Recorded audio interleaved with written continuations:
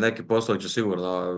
načeti, ali bih rekao da ako si dovoljno dobar u svom poslu, će ti biti jako dobar alat umjetna inteligencija. Teško da će ti ga baš u potpunosti poduzeti posao, osim ako nije riječ o nekakvoj birokratskoj besmislici od posla, ali kažem, naravno da bi po nekoj zdravoj logici javna uprava trebala biti na najvećem udaru, ali će ona biti zadnja na udaru jer će radije pisati loše nekakav mehanički pisac nego prava mehanika koja piše dobro zapravo. Da. Mislim da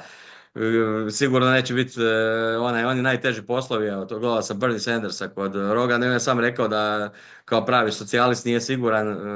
kao borac za radnička prava u krajnjem slučaju, je li dobro da neko zamijeni rudare recimo, kaže možda Mhm. nije rudarski posao dovoljno zdrav za čovjeka, pa kaže čak on misli da je možda bilo dobro da ga zamijene roboti, strojevi ili kogod, jel?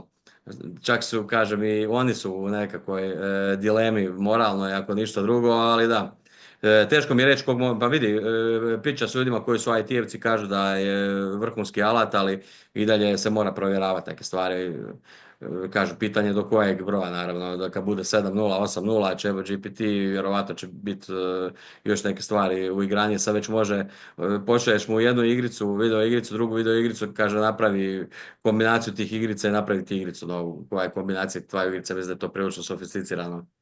s obzirom na čime se. Mislim, ne znam koliko su ljudi uopće upoznati što